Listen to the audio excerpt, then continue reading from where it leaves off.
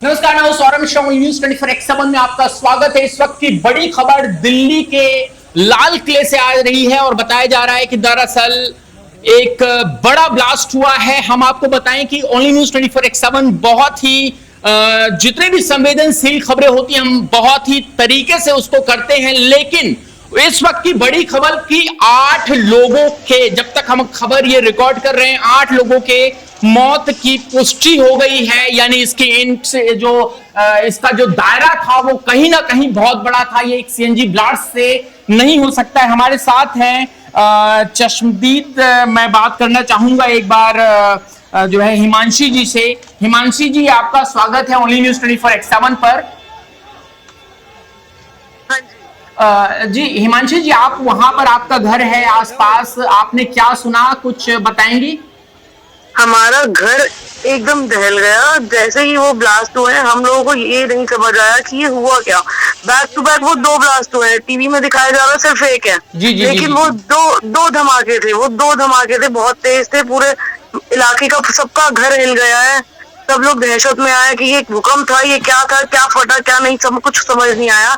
लेकिन जैसे ही सबने बाहर देखा, बाहर जाके पता करा, तो यही पता चला कि वहां तो ब्लास्ट हो गया है। मानसी जी, शुरू में जब हम भी हमारे जो सूत्र हैं वो शुरू में यही बता रहे थे कि दरअसल एक मौत की पुष्टि हुई है, लेकिन अभी 8 लोगों से जी मौत की पुष्टि ज्यादा है। करीब करीब कैजुअलिटी जो होंगी 50 से 60 होंगी, जो ये न्यूज में नहीं दिखाई जा रही है। जी बिल्कुल। जो हमारे नेबर हैं उनकी दुकान वहीं है, वो वहीं से एकदम अभी आए थे थोड़ी देर पहले। उन्होंने यही बताया कि न्यूज में तो कुछ भी नहीं बता रहे, कुछ नहीं दिखा रहे। 50 से 60 लोग वहाँ पे ऐसे लाशों की तरह घायल हुए पड़े हुए थे, जिसकी कोई हद नहीं। फटाफट से उन्हें उठवाया गया, वहाँ देखा गया चांदनी चौक तक पूरे उनके जो जैसे ही ब्लास्ट हुए, जो घायल हुए, जो उनके आसपास बहुत ज्यादा पास थे, उनके मांस के टुकड़े तक वहाँ पड़े हुए थे। और ये बहुत बहुत बड़ी ओनली न्यूज 24x7 आपको बहुत बड़ी एक्सक्लूसिव न्यूज दे रहा है। और मुझे लगता है कि जहां तक अब जो अंदाजा है वो सीएनजी ब्लास्ट का नहीं हो सकता है। हम आपको बता दें कि दरअसल ये पूरा मामला gate number 1 Chandni Chowk metro station के पास बताया जा रहा है। लाल किला मेट्रो स्टेशन, जी माफ कीजिएगा, जी लाल किला माफ कीजिएगा, बिल्कुल लाल किला मेट्रो स्टेशन के बाद बताया जा रहा है पास में। और अच्छा, क्या आपने इससे पहले आपने इस तरह के कोई धमाके मतलब इस तरह के कभी फील किए हैं? जैसे जनरली कोई होता है, कहीं अगर नॉर्मल बम फटता है या गाड़ी फटती है, उससे कहीं ज्यादा था? आवाज की बात कर रहा हूँ। कई साल पहले जो है जामा मस्जिद गेट नंबर 3 के पास गाड़ी में एक ब्लास्ट हुआ था। उसकी इतनी आवाज नहीं थी जितना तेज ये लाल किले पर अब जो हुआ है इसकी आवाज थी।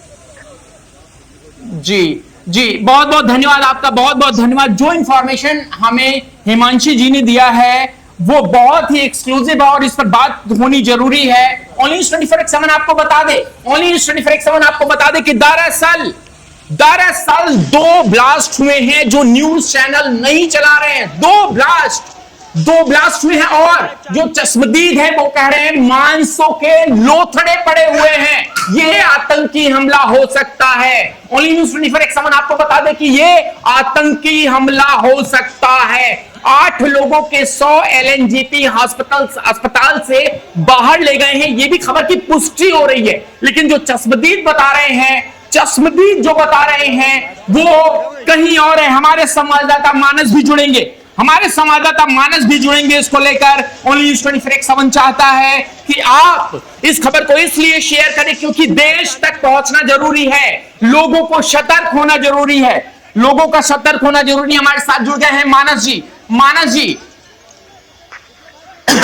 जी आवाज आ रही है?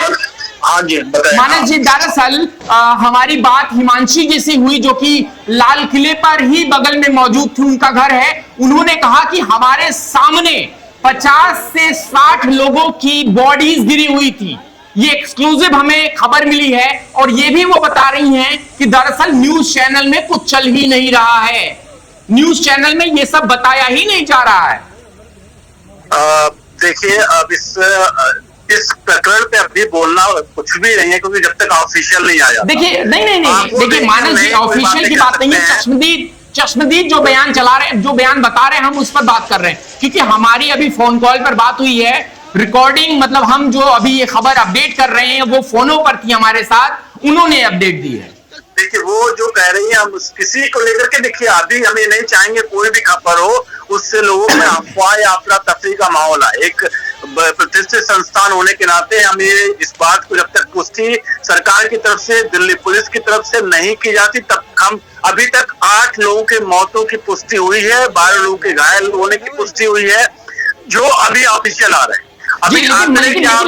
लेकिन मानस जी, हम इसकी पुष्टि तो नहीं करते हैं, लेकिन अगर कोई चश्मदीद इस तरह की बातें कर रहा है तो क्या हम मान कर चलते हैं? भगवान ना करे ऐसा कुछ हुआ हो, लेकिन अगर चश्मदीद ऐसी बातें बता रहे हैं, एक मिनट, नहीं मैं क्या कह रहा हूँ, संवेदनशील मामला है मानस जी, आंकड़ों पर मुझे लगता है बात करना नहीं ठीक है, आंकड़ों पर नहीं बात करते, चलिए आंकड़ों पर नहीं बात करते हैं। क्या लगता है अगर उन्होंने कहा कि हमारा घर दहल गया, यहां तक कि उन्होंने ये भी बताया है कि लास्ट टाइम जब जामा मस्जिद में बाइक पर ब्लास्ट हुआ था, आपको याद होगा, तो उन्होंने उसका भी जिक्र किया, और वो भी पत्रकार ही हैं, उसका भी जिक्र किया हिमांशी जी ने, और उन्होंने कहा कि जब वो हुआ था उस समय ये वो ब्लास्ट कुछ भी नहीं था, जो ब्लास्ट की आवाज आई, देखिए आवाज पर तो बात कर सकते हैं मानस जी, फीलिंग्स पे तो बात कर सकते हैं। जो कह रहे हैं, ये बात जो आप कह रहे हैं, क्योंकि प्रत्यक्षदर्शी जो भी वहां पर है,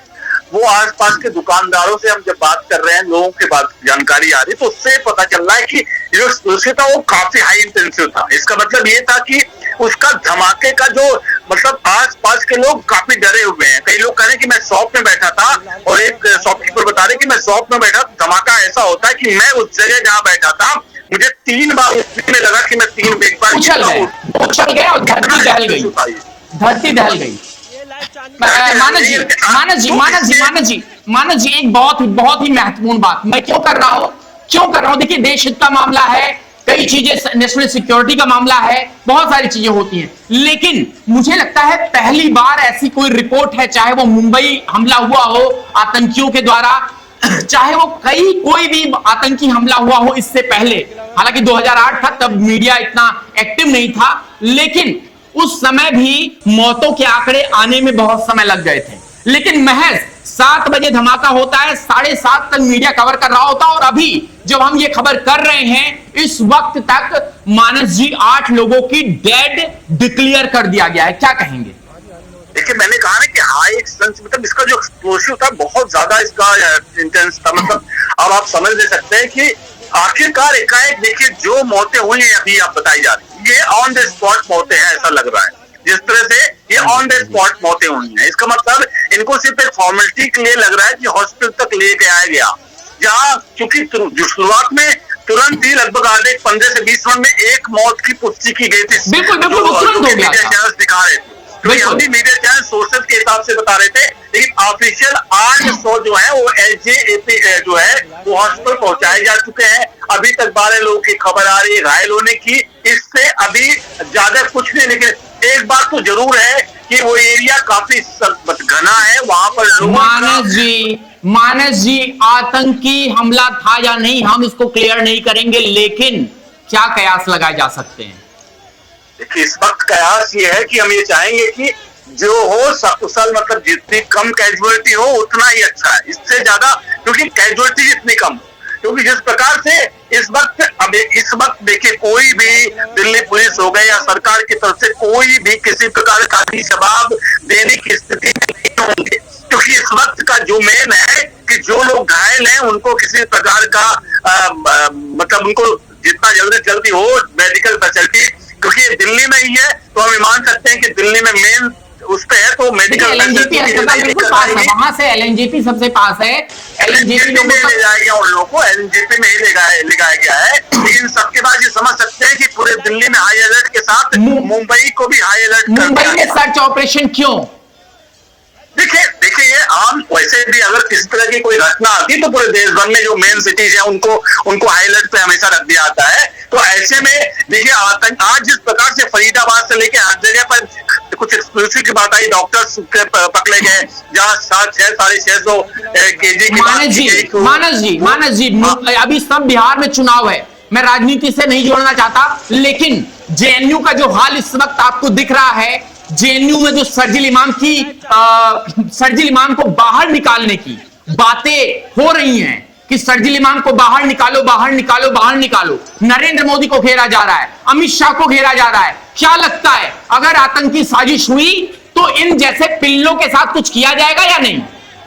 देखिए, मुझे लगता है कि इस वक्त सरकार, जाहिर सी बात है, नरेंद्र मोदी की सरकार है, अमित शाह गृह मंत्री है। इतना बड़ा केस दिल्ली में उनके नाक के नीचे हुआ है कि ये माफ तो नहीं किए जाएंगे, ये बात तो नहीं होगी किसी से भी। और एक बात तो साफ है कि ये कहना, भले जल्दबाजी, आप कहेंगे जल्दबाजी होगी, लेकिन कहीं ना कहीं डायरेक्टली या इनडायरेक्टली पाकिस्तान के द्वारा, चाहे भारत में स्लीपर सेल हो, उन्होंने एक्टिवेट किया गया है और ये काम कराया गया है। क्योंकि पिछले 2014 से लेकर अब तक किसी भी जगह पर जो पब्लिक एरिया है वहां पर बम ब्लास्ट नहीं हुए थे।